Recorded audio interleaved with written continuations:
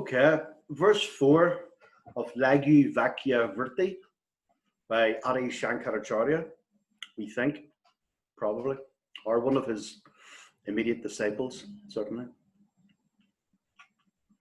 Verse 4 In the waking and dream states alone, the reflection of consciousness appears, but in deep sleep, when it resolves, pure consciousness illumines ignorance. Think, Ian, maybe when you were looking at the notes, Ian, some of this class today is kind of similar to what we've been discussing in the group sometimes. Did you see that? To do with what happens when the main person sleeps and that kind of thing. So it's quite interesting. So in the last class, we looked at the three sharyas, which is the sthula, physical, the sukshma, subtle body, and the karana, causal body. And we also looked at how consciousness illumines everything that we can see. So that means that consciousness illumines all objects.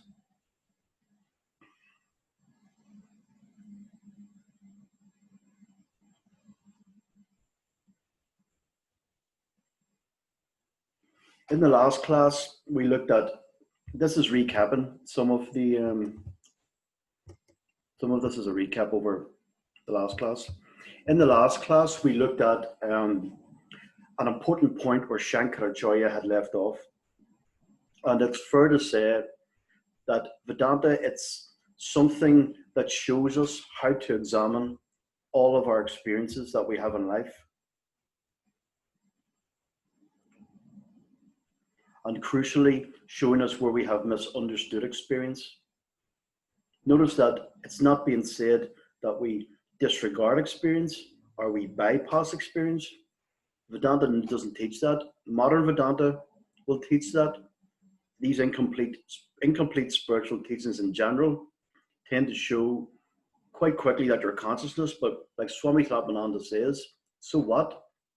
It has to have some meaning, knowing that you're consciousness, that you're limitless. It has to relate to life. So for it to relate to life, we have to apply the knowledge that you are limitless to life, which means we apply it to experience, which means we can't bypass or disregard experience. And if we run from we can't run from our karma, but if we try to run from our karma, we're missing lessons, timely and appropriate lessons that God has given us as well. So in Vedanta, we don't run from thoughts. In traditional Vedanta, we don't run from thoughts. Even in meditation, we entertain the thoughts. We don't run from whatever our karma. We're thankful for our karma. Our karma is a gift from God, Ishvara Prasada. Because we start as we mean to go on. In Vedanta, where the person is being shown that I, you are not the person, that I, you are not impacted by samsara. So we don't need to run from anything. For what? For why? We also don't need to endlessly try to sort out any kind of thought processes or any kind of vrittis or any kind of inherent habits or traits, vasanas. We don't have to keep trying to resolve them, because you could do that till you die. And that would be your focus just. These are worldly things. These are real worldly things. These things like the guna management and stuff, it's not necessary. Not to the extent that others teach it. Like Puja Swamiji, we spoke about this many times before. Puja Swamiji said to Swami Atmananda, Swami Atmananda said to me, why are you worried about your thoughts, the vrittis in the mind? Why? They don't impact you. You know? And that was, Swami Atmananda says in his own book that was a big clincher for him. And it was for me when he told me it. He told me one sentence in an email. I was saying to him about stuff when I had left another version of Vedanta, and he was saying to me, well, why worry about the vrittis? They don't impact you. And I'm thinking, like, what the heck's he talking about? I was so caught up in the stuff. What the heck's he talking about? But he's a Swami, so he's saying it for a reason. He didn't tell me why or anything else. The invitation is for me to go and look for myself. And it's very, very liberating to understand that, oh my God, I don't need to sort out what's in the mind because it doesn't impact me. It's like, Jesus. Thank God for that. It's like, it's another moment like karma yoga. Like I can perform an action, a request, but it's not up to me, the result. Thank God, bloody heck. I don't have to worry about the result. I can put in the request, but leave the result up to God. You know, it's like, it's another weight off the shoulders, you know. So we have an experience of the body, but that experience, it fools us into thinking that we are the body. We as in I, you, Brahman, consciousness, limitlessness. So Vedanta, it tries to undo that confusion. Vedanta will show you how to examine your own experience and find out where you have become confused. The whole point of us in sadhana in the first place, and this is very, very important. I spoke to somebody else about this last week. It's not my student, she's with another Swami, Swamini, but we were speaking on the saying about submitting the ego to the pramana. Vedanta is the source text for enlightenment, for freedom from suffering, for karma, dharma, and samsara, and all those things, meditation, all those things, samadhi, all those things. So it's the authority for those things. So either if I come to Vedanta and I know about enlightenment, then I wouldn't need to come to Vedanta. But the fact that I come to Vedanta means that I'm suffering in the world in some way. So Vedanta, some of the source texts of Vedanta have been like 5,000 maybe plus years old. So Vedanta has successfully taught thousands of people over thousands of years to be free from suffering, I.E. enlightenment. So I have to accept that Vedanta knows something that I don't about enlightenment. Yeah, I'm not the authority on enlightenment, Vedanta is. So because I accept very reasonably and it's common sense that Vedanta knows the subject matter and I don't, then I immediately, by that acknowledgement, I have submitted my own ego to Vedanta pramana, to Vedanta teachings. Which again is another like huge weight off the shoulders that I don't have to have the answers. Vedanta has the answers. That's liberating itself. So we come to Vedanta confused, and Vedanta shows us how to examine our experience to find out exactly where we are confused, because people are confused generally. Everybody's confused in regard to experience, but it's approached in different ways, and that's their own confusion is conditioned in certain individual ways. There's lots of generalities, but certain individual ways, and that's why Vedanta will approach this whole thing about confusion and freedom from suffering, enlightenment. It looks as if it's contradicting itself, but it's not. It's just approaching avidya, in brackets, ignorance, through different ways. Okay. So it shows us it shows us how to examine our experience. And this is really brilliant because all suffering is due to the wrong idea and the wrong interpretation of experience. And when we remove all the wrong interpretations, suffering ends. Notice it's not said that experience ends, because experience doesn't end. Of course, experience stays the same. I was speaking with a Swami Vakya and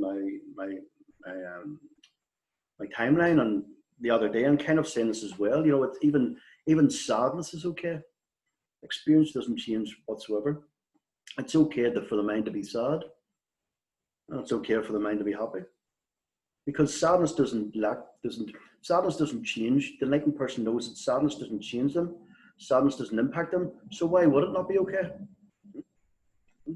It's radical. It's radical, but it's that's the way it is, and it's a process. That's what it is.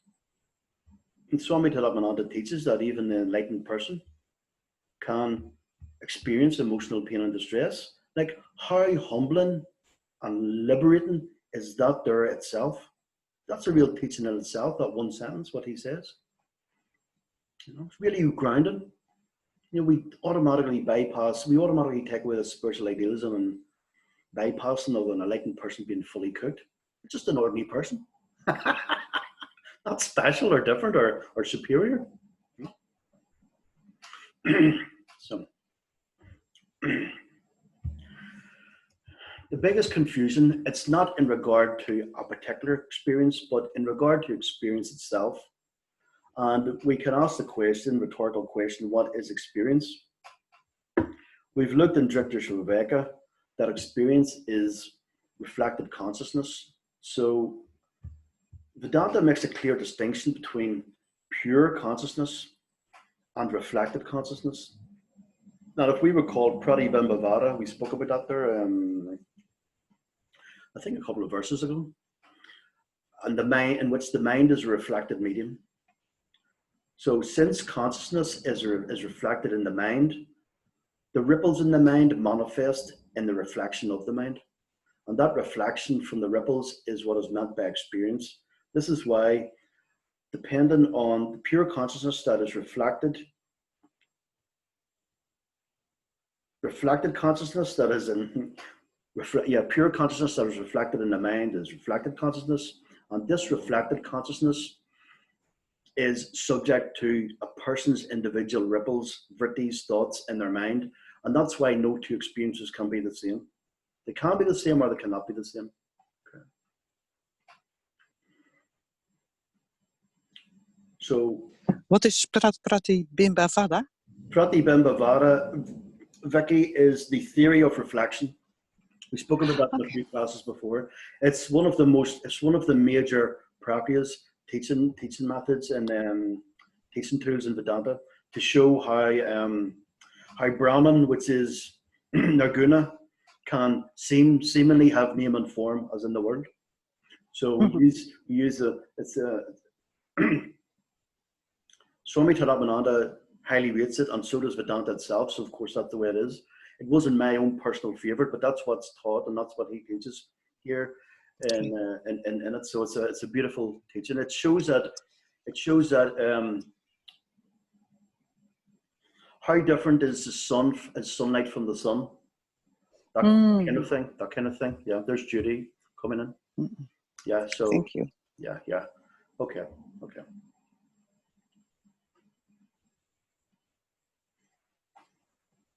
Hey Judy, glad you could make it. Okay. You'll be able to see the recording anyway from what you've missed. Okay. We're still not even halfway through, okay. So guys, I must go on because I'm going to run out of time, I think.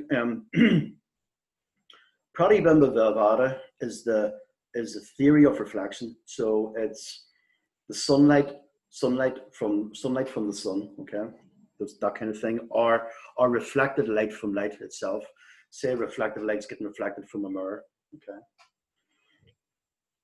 So the mind is the reflected medium in this. And consciousness is reflected, pure consciousness is reflected in the mind, and ripples in the mind, they manifest in the reflection of the mind. And this reflection from the ripples is what's meant by experience, okay?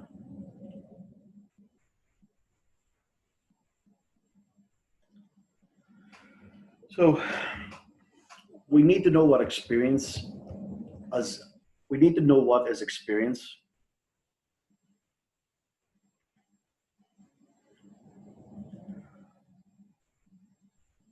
As this is happening right now, what we don't understand is that this experience, it's ultimately consciousness. So while we looked earlier on before the other classes about clay and clay pot, or clay and clay pot, being the same but also being not the same. Here we're going back the other way again, and we're showing that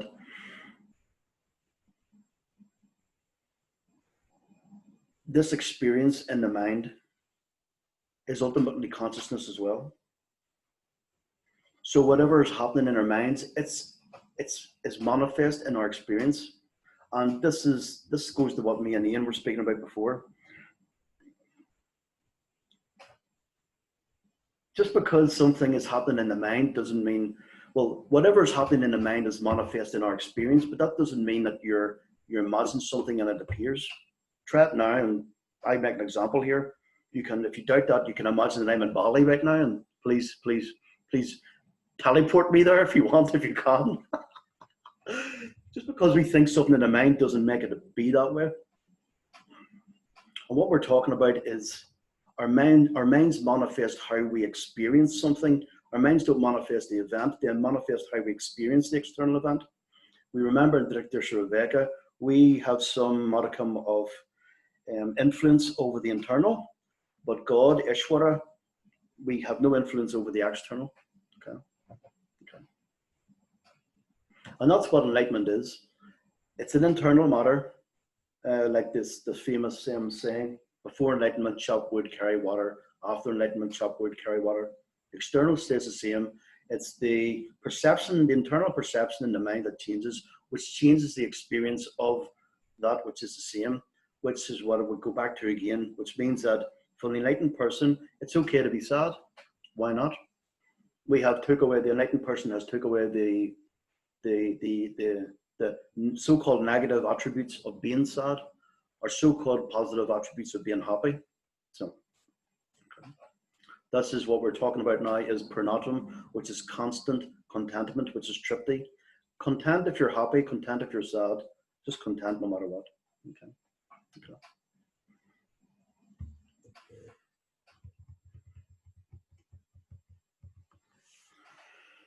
So it's hard to understand that, or assimilate that that experience is also pure, is also consciousness. So we have light shining down, and what's reflected, the light that's shining down, that which is reflected, is it different than light? Is it anything other than light? Because light is light, isn't it? And the only thing we can say is that unconditional light, is that one is unconditional light and the other is conditioned light. We can't really separate them because there is no separation, but you understand why I'm saying what I'm saying. The sun is unconditional light. The sun is unconditional light, whereas the reflection of the sun would be conditioned. Okay. It's still light. And so the key, what is the key? The key is consciousness is Sat Chit Ananda, which is Satyam Jnanam Anantam Brahman. Consciousness is Sat, existence, Chit, consciousness, and Ananda, limitless. And consciousness is Satyam, real, that which does not change. Jnanam, aware that it does not change. Aware of its nature, or aware that it is limitless, not nature, aware it is limitless, and anantam, infinitude. And this consciousness that is present, that consciousness is present in this experience right now, because it's the consciousness of all. If consciousness, as in Sat Chit Ananda Satyam Jnanam Anantam Brahman, was not here right now, then it would not be Ananda, limitless, and it would not be Anantam, infinitude. Okay, it's all that is, so it has to be here right now. And what we're saying is we're making a difference for us to understand is how can that which is limitless appear to be limited. So to do that, we're making a slight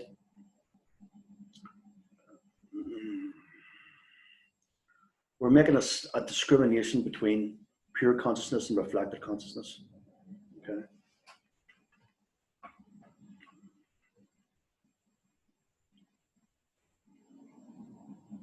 This consciousness is present in this experience right now. It's the consciousness of all. And we can understand that easily. It makes common sense, it's logic. But it's not normally understood. Understanding in Vedanta is totally different than understanding something just reading.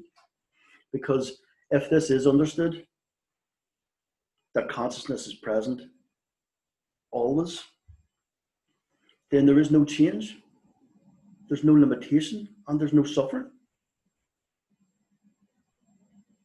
How can there be?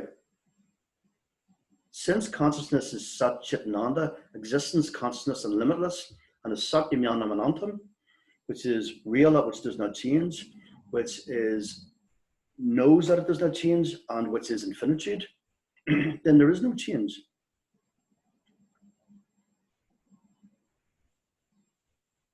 We can understand this in theory, but it's not easy to understand what exactly is what. And if this was easy, then Adi Shankaracharya would not have said that it takes great effort. The discrimination is extraordinary, and it takes extraordinary effort to understand that Brahman, you, is or the truth by which experience takes place.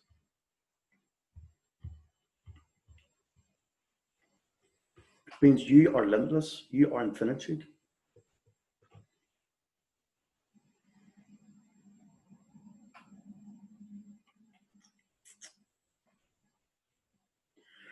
Okay, so when you're awake and sleeping, there is the appearance of reflected consciousness. In deep sleep, experience becomes unmanifest.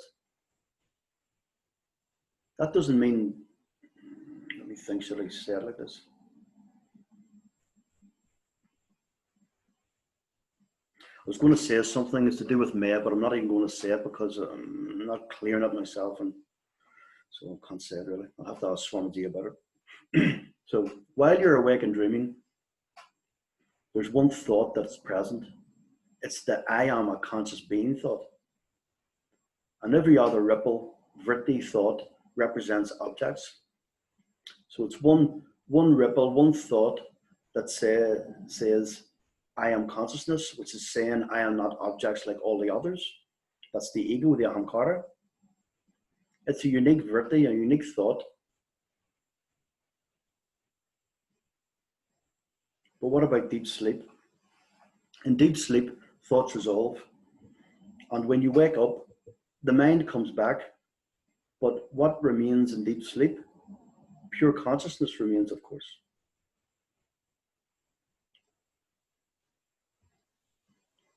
But pure consciousness also continues to shine, to illumine, even though reflected consciousness goes away in deep sleep. But if reflected consciousness dissolves, and pure consciousness continues to shine, what does it shine on?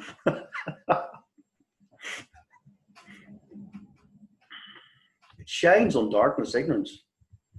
Avidya remains. It's only experience that goes. This is to do with, Ian, this is interesting now for what you and I talked about before, about when the person goes to sleep, does the word disappear? So avidya remains. It's just experience. It's just the experience that dissolves. Okay.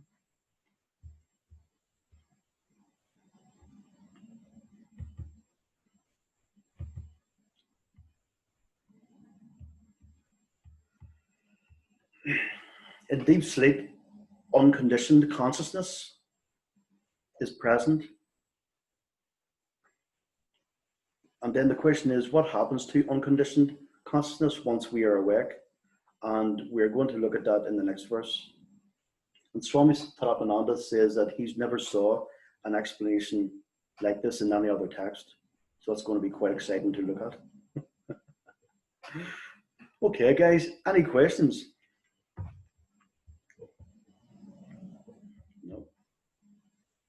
No. Yes, about the deep sleep.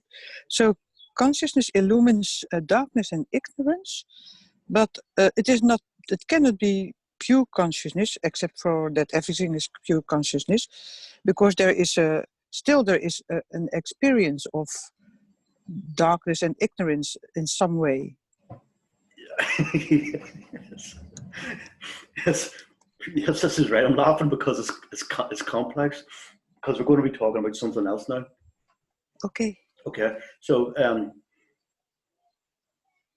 Swami Tabananda explains it as, say you have got a room with black walls, and you have got a window that's shining in clear light into it. What's it shining on? Blackness. So if you're in the room, what do you see? Blackness.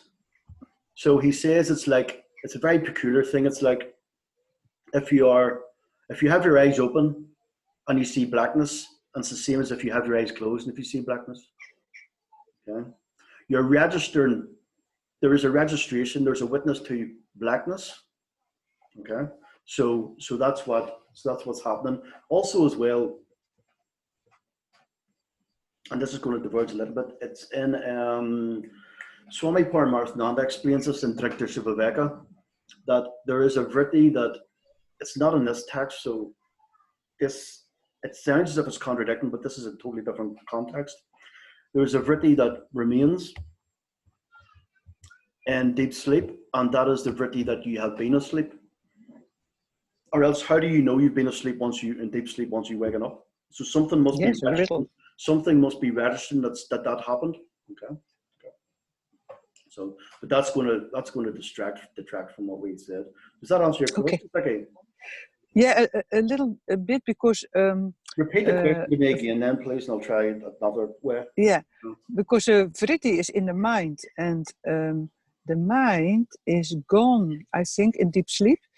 So the subtle body is gone. So where does this vritti, I am asleep or I am the sleeper, come from? There's no vritti that I am asleep, because that's an experience in real time. There is a vritti that registers that the person has been asleep.